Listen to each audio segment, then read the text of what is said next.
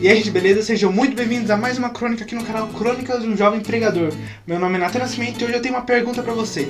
Em algum momento da sua vida, você já viu escrito em algum lugar ou alguém falando essa palavra, religiosidade? Então é sobre isso que nós vamos falar hoje e o que a Bíblia fala sobre.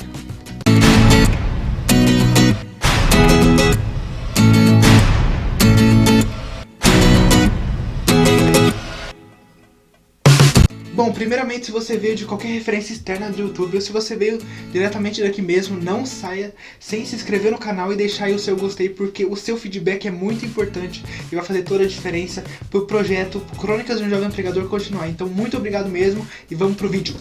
Religiosidade. Bom, a gente pode colocar que existe dois extremos para isso. Existe aquela pessoa que é muito religiosa, uma pessoa que segue muito alguma coisa específica, e aquela pessoa que é totalmente ao contrário, é uma pessoa mais liberal.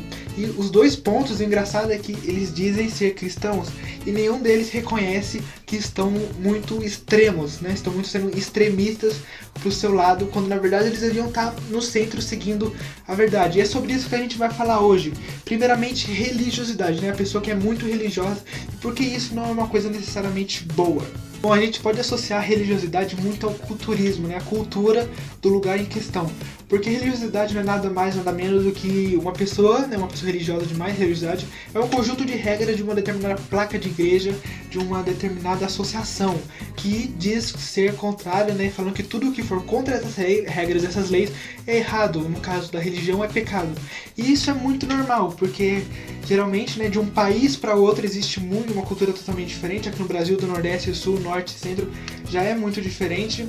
E algumas coisas que aqui em São Paulo, por exemplo, pode ser errado, pode ser um crime, talvez no Nordeste ou na Europa, fora do Brasil, seja uma coisa normal, né? E isso a gente vê sempre.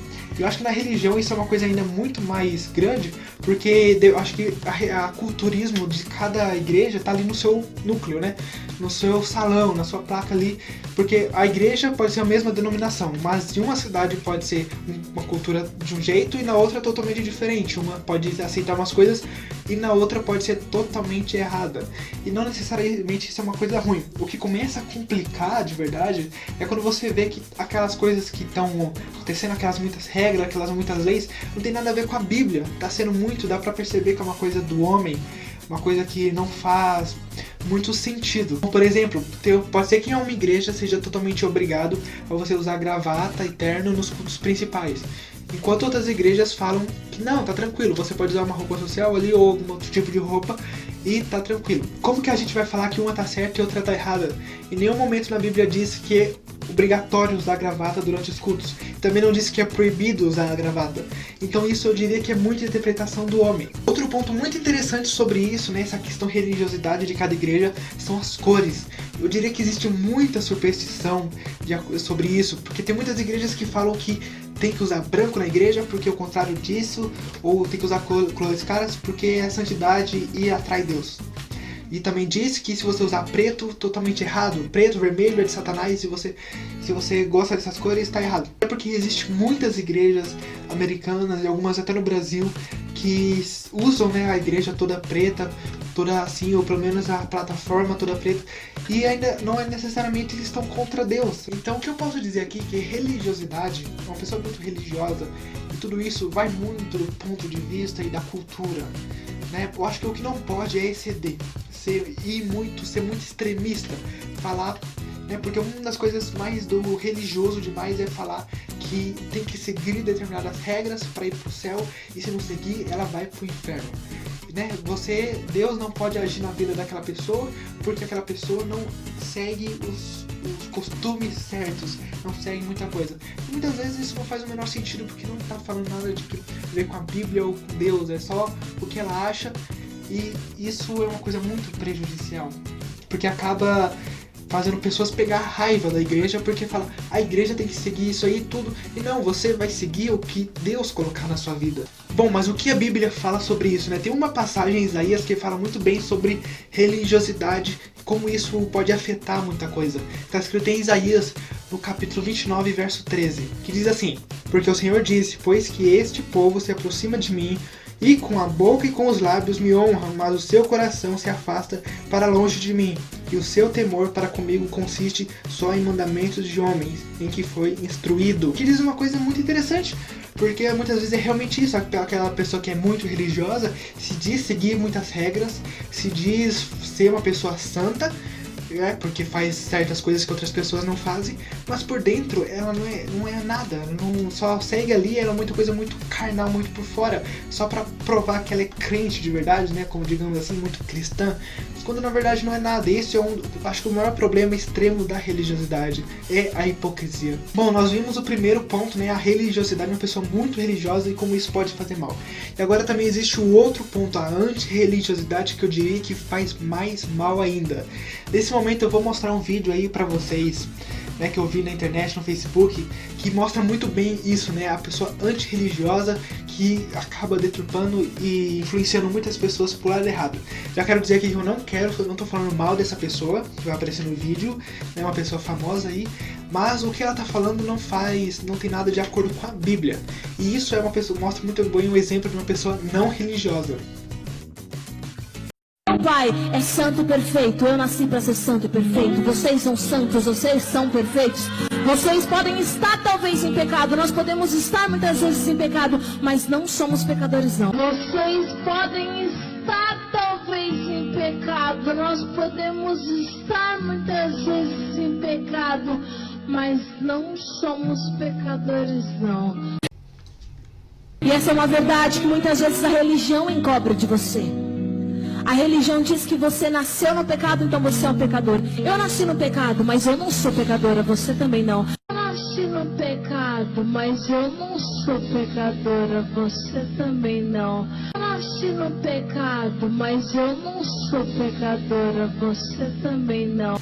Esta é uma palavra fiel e digna de toda aceitação, que Cristo Jesus veio ao mundo para salvar os pecadores, dos quais eu sou o principal.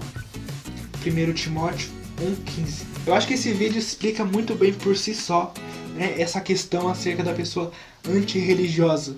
Porque como tem um vídeo aqui no YouTube que explica muito bem, que fala muito bem sobre isso, que é do meu parceiro Dizoscope, que ele fala sobre a religiosidade vezes a libertinagem. Uma pessoa que é contra a religiosidade totalmente chega ao extremo da libertinagem, onde ele tem o egocentrismo, onde o foco é o homem, né? Que tem aqueles famosos, que hoje em dia está muito famoso, que é os coach gospel, né? Os coach cristão, que eles dizem exatamente o que o homem quer ouvir, não o que precisa. Massageia o ego, como disse uma vez Vitor Azevedo, você é tão importante como Jesus. Ou já dizia uma outra pessoa aí que eu não lembro agora, você é o ponto fraco de Deus.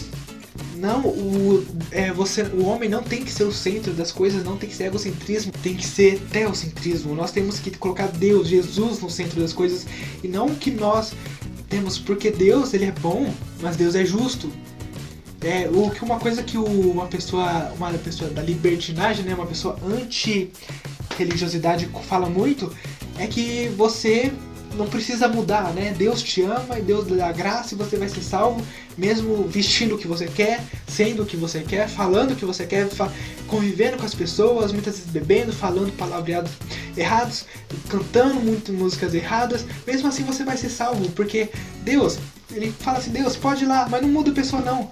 Deus, entra na vida dela, mas deixa ela ser a mesma pessoa. Aí também tem aquelas pessoas, né, que acham que tem uma intimidade enorme com Deus. Fala aí, mano, e aí, bro, mano do céu. Não, gente, não. E também tem aquela famosa frase que ficou muito famosa: nada errado se te faz feliz, assinado capeta. Em Atos 20, no versículo 29 ao 31, fala muito bem sobre isso.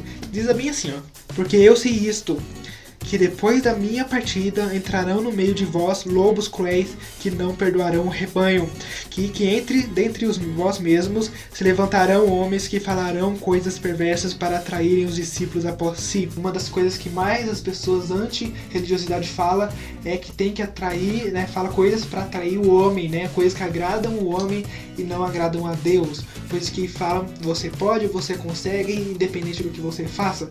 E Deus diz o contrário: se sacrifique. A pessoa não religiosa, a pessoa anti-religiosidade fala que vai ficar tudo bem, que você vai ser uma pessoa incrível, você vai ser melhor, não vão haver problemas se você estiver com Deus e tal. Mas Jesus disse: no mundo tereis aflições, mas tem de bom ânimo, pois eu venci o mundo.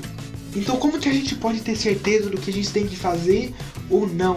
Primeiro, a gente tem que ter uma intimidade com Deus. Porque quando você tiver uma intimidade com Deus, você não vai ser como a água que é levada com o vento. Você não vai ser como uma coisa que o vento bate pra cá, você vem pra cá, o vento bate pra lá e você vai pra lá. Não. Quando você tem uma intimidade com Deus, Ele vai te mostrar, esse é o caminho. Essa é pra cá que tá a vitória. Se você seguir esse caminho, você consegue. E a gente só vai ter a certeza das coisas se a gente seguir o caminho. E como que a gente pode ter uma base de tudo? A base de tudo é a Bíblia. Se tá na Bíblia, é verdade.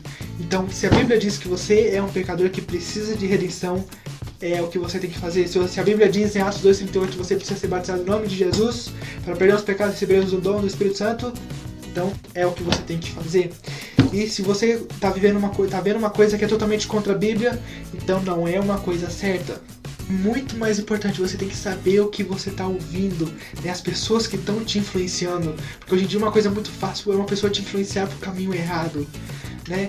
Porque tudo isso que eu falei é dentro da igreja, né? Acontece dentro de muitas igrejas, onde muita religião ou muita anti-religião e nada de evangelho. Porque o que nós precisamos, o que o mundo precisa é do evangelho certo, o evangelho verdadeiro, o evangelho de Jesus, não o evangelho dessas pessoas que se dizem mais do que são. Então é isso, gente, muito obrigado por ter assistido esse vídeo até aqui, sabe que faz toda a diferença, eu sou muito agradecido. Se você ainda não deixou seu gostei, se você não se inscreveu no canal, esse é o seu momento. Se você puder também comentar alguma coisa, vai ser muito importante pra mim, pro feedback que o YouTube tá recebendo, vai fazer toda a diferença e muito obrigado mesmo. Deus abençoe a todos vocês e até o próximo vídeo. Tchau! Será que eu falei tudo?